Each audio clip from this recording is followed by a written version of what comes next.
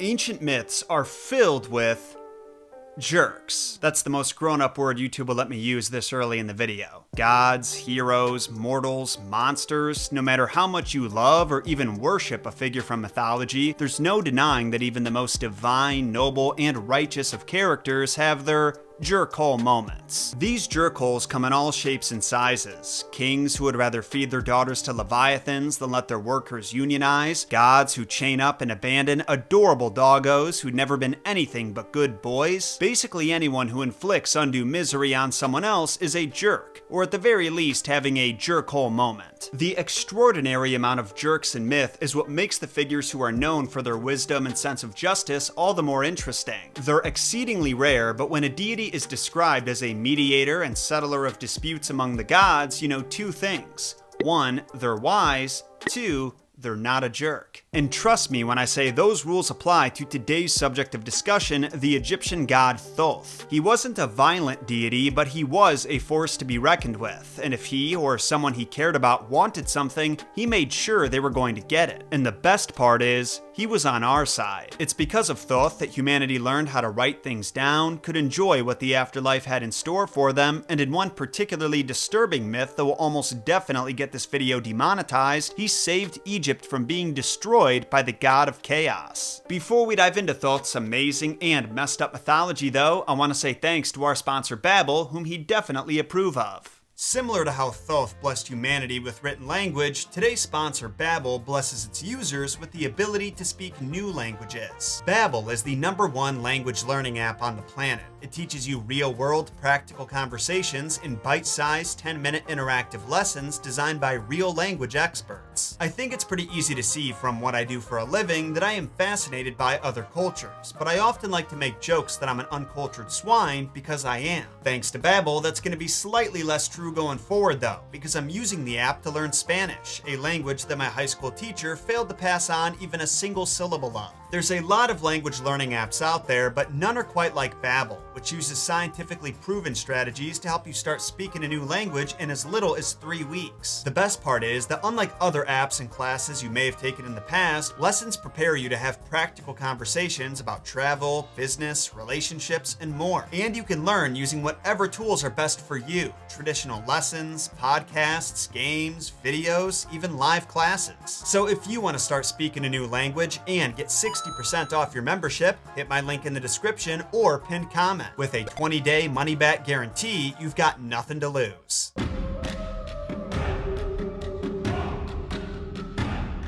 From what we gathered in our research, Thoth appears to be featured in two kinds of stories. Those are tales of creation and tales of mediation. We're going to unpack the creation myths first because in the timeline of Thoth's life, that makes the most sense. As a matter of fact, let's start with the creation of Thoth himself. Like a lot of other gods and a lot of other pantheons, there is more than one version of Thoth's birth. According to a tale that was sourced from the city of Hermopolis, the city that considered Thoth its patron god, he was there from the beginning. I mean the very beginning. Even before creation officially started, Thoth gave birth to himself and coexisted with the 8 gods and goddesses who embodied the universe. They were known as the Ogdoad and are such an ancient part of Egyptian mythology that by the time the new kingdom was established in the 16th century BCE, the Egyptians themselves weren't totally sure what these gods originally did. Nevertheless, they were still given the proper respect, and archaeologists have found paintings and carvings depicting the gods as human-animal hybrids. The males had the body of men and heads of frogs, while the females had the bods of women and heads of snakes. The story goes that these 8 gods worked together to build an island in the infinite sea of Noon. Noon was one of the Ogdoad, and he personified the infinite chaos of the universe, which the ancient Egyptians believed was an expansive watery abyss, hence the Sea of Noon. Upon seeing the island, Thoth took the form of an ibis, a long-legged wading bird with a curved bill, and the form he was most often depicted in. Then he laid an egg. But it wasn't just any egg, it was the cosmic egg that held all creation, and when it hatched, it became the sun. We're going to do an episode unpacking all the Egyptian creation myths at some point in the future, so if you don't want to miss that, make sure to subscribe.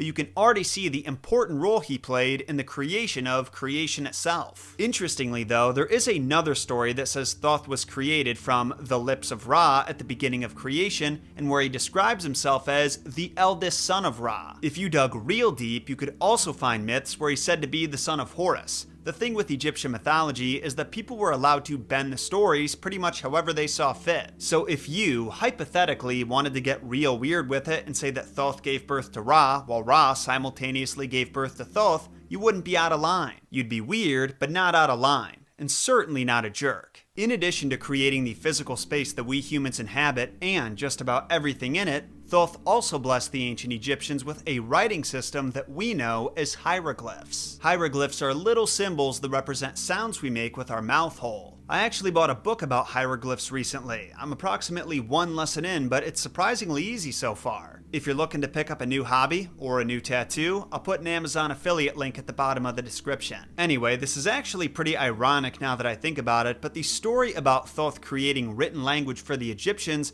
was actually discovered in the Phaedrus, a work written by the Greek philosopher Plato. Some context, the Phaedrus is a dialogue between Socrates and his student Phaedrus, and a portion of this dialogue is dedicated to discussing what forms of rhetoric the gods like the most. Essentially, Socrates uses the following story about Thoth to demonstrate that some things can and should only be communicated in the spoken word, and in that way, writing is overvalued. To illustrate his point, Socrates tells Phaedrus about Thoth and credits him with inventing astronomy, astrology, botany, theology, arithmetic, medicine, and droughts. Basically checkers. Then he says his greatest invention was the use of letters, and tells Phaedrus that Thoth brought these inventions to the god Thamus, another name for Amun, who was also a member of the Agdod. Thoth presents Thamus with his creations and tells him that he'd really like for the Egyptian people to be able to use them. Well, Thamus went through the inventions one by one, approving some, censoring others, and outright rejecting a few, and eventually they came to writing. Thoth told Thamus that writing will make the Egyptians wiser and give them better memories, but Thamus completely disagreed. He said that written language will make people more forgetful because they won't have to use their memories. They'll put all of their trust on external characters and not remember it themselves. Then Thamus told Thoth how he really felt. He said that writing will lead to people forgetting most of what they hear. They'll appear to know everything, but won't know much about anything, and will suck to hang out with because they think they're really smart when that's not at all the case. That's the end of the dialogue as it pertains to Thoth, but obviously the Egyptians received the writing system despite the God King's opposition. So I'm very curious to hear what you all think about Thamus's concerns. I'll be honest, his words do kind of feel like a personal attack because I take notes on almost everything I read, and if I couldn't write scripts to read off a teleprompter, this show would more than likely not exist. Then again, that could be said of a lot of things. You really can't overvalue the ability to communicate ideas through writing. Sending letters allowed important and influential figures to negotiate and strategize over long distances.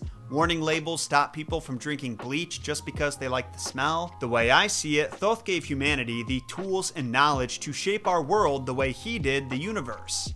But a lot of good that did me in 2004 when I had to take a quiz on the Northeast region of the United States. I had to label every state in the region, and guess which one I remembered? Maine.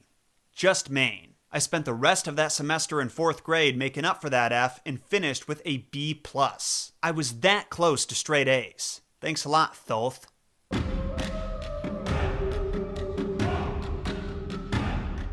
In addition to looking out for humanity and giving us the best chance at thriving that he could, Thoth also played a key support role as the advisor of the gods and settled a number of disputes, many of which were started by Ra, god of the sun and kings. One story comes from the city of Heliopolis, where the foundation of their religious belief was the Aeneid, a group of 9 gods that would have been much smaller if Thoth didn't get involved. You see, Ra created 2 children, Shu and Tefnut, who in turn spawned the deities Geb and Nut. Ra thought his granddaughter Nut was pretty cute and wanted her to himself, so when he saw her getting busy with her brother Geb, he was enraged and cursed her so that she couldn't give birth on any day of the year. Thoth heard about this incident and must have thought it was pretty messed up, because he took matters into his own hands. He challenged the moon to a game of droughts and won from her 1/70th of her illumination. Thoth added up his winnings, which equated to 5 days of light, and slapped them on the end of the Egyptian calendar, which at that time was only 360 days. Thanks to Thoth, going forward, a year would consist of 365 days, and Newt was free to give birth during those additional 5 days that were not affected by Ra's original curse. Although it seems like Ra could have just made a new curse that included those extra 5 days instead of doing a why I oughta, but maybe he didn't think about it until it was too late. So on that particular occasion, Thoth went against Ra's prerogative, but there were times where he recognized it'd be smarter to help him. In one instance, Ra got into an argument with his daughter Tefnut, and she essentially ran away from home.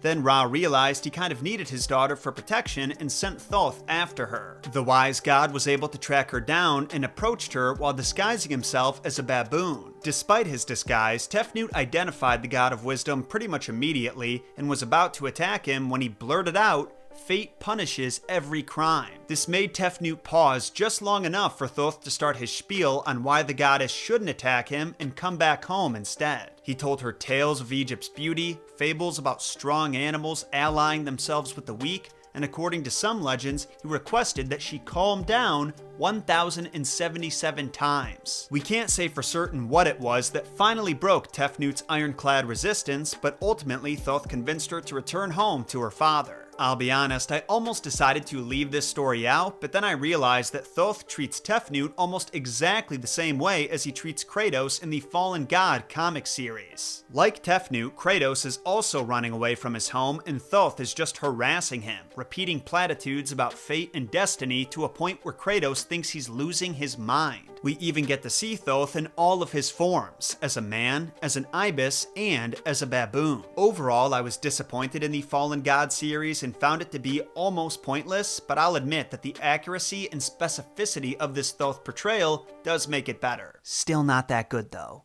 Now this next tale is going to require some serious censoring on my part. I'm going to be using a lot of euphemisms and analogies to get my point across. To be clear, that's not because I want to, but I feel like I've got to be extra cautious now because YouTube has been flagging my content lately, despite telling me directly that it doesn't even violate their guidelines, they just think it's kind of icky. Gotta love when they punish educational content, don't ya? Have I mentioned you can follow Messed Up Origins on all the podcast platforms by following the links in the description? We might even start posting the video versions of these episodes to Spotify because the YouTube algorithm has not been my friend lately. Back to the icky stuff, there came a time where Set, the god of chaos, and his nephew Horus, the god of the sky, were competing against each other for the cosmic throne, which was freshly vacant after the death of Horus's father, Osiris. The two gods stood before the Aeneid, those 9 gods I mentioned a minute ago, and the Aeneid actually told them to piss off somewhere and make friends with each other because they were sick of listening to them fight. And so left without much of a choice, Set and Horus did as they were told.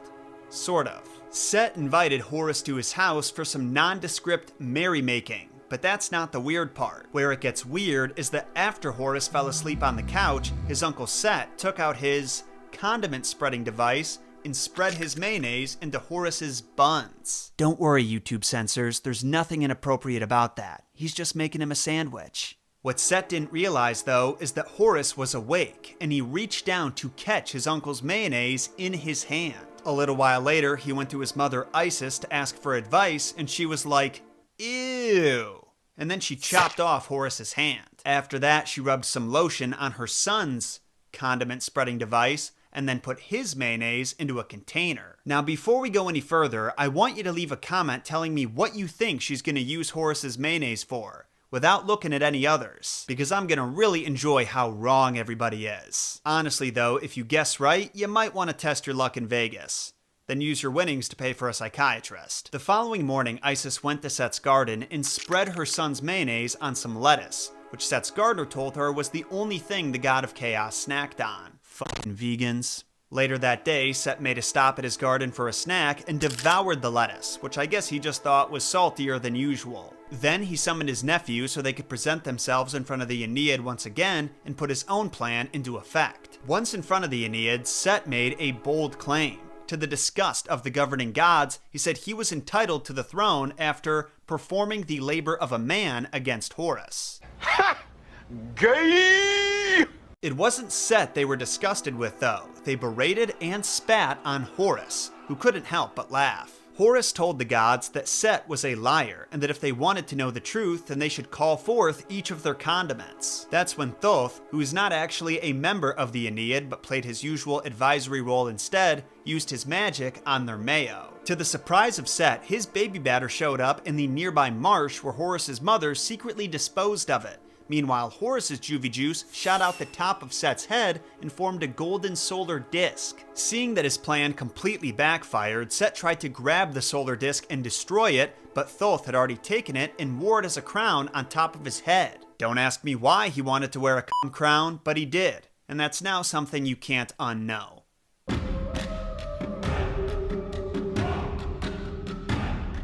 One of the most fascinating things about Thoth is that despite not being a super well-known god in modern times, he was worshipped the longest out of almost all the gods in the Egyptian pantheon. Worship of him is believed to have started during the pre-dynastic period between 6000 and 3150 BCE and continued all the way to the Ptolemaic period, which began around 300 BCE. By the way, I've learned so many new words while making this episode. Don't forget to leave a comment down below telling me how wrong I'm pronouncing them all. There were also civilizations outside of Egypt that incorporated Thoth into their own pantheons. The ancient Greeks, for example, equated him to their messenger god Hermes, hence why Thoth's religious center was called Hermopolis. Curiously though, despite being such an ancient deity, Thoth doesn't really have any stories where he's the focus. Outside of the creation myths, he only appears when there's a mess to clean up. And there may be a fascinating real-world reason for that. You see, Thoth didn't originate in the same religious centers that spawned the majority of other gods in the pantheon. He was created on the outskirts, and as a result, took on the role of the perpetual outsider, hence him operating on the edge of various conflicts, and often without any real stake in how they unfold. Regardless of his outsider role, Thoth was widely respected by Egyptian society, and people were so eager to gain his favor that when archaeologists looked into the 31 animal necropolises that existed in ancient Egypt, they found 20 million embalmed animals with a whopping 6 million ibises, the bird that was most sacred to Thoth and the one that he's embodying in most depictions. That's a huge portion of sacrifices considering that 9 other gods existed just in the Aeneid alone. So who was making them?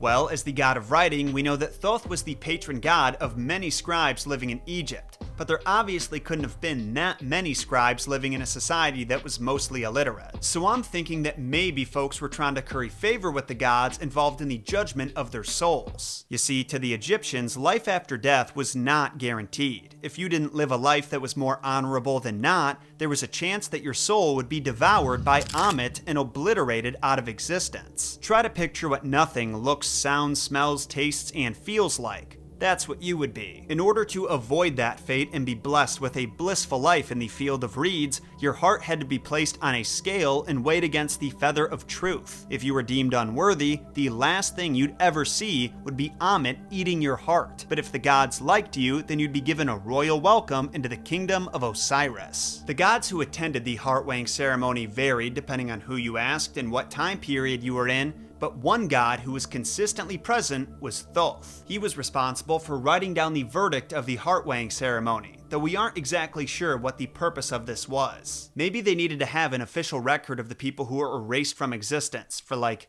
insurance purposes or something. So now you know the complete and messed up mythology of Thoth, the Egyptian god of wisdom, writing, the moon, and a bunch of other stuff.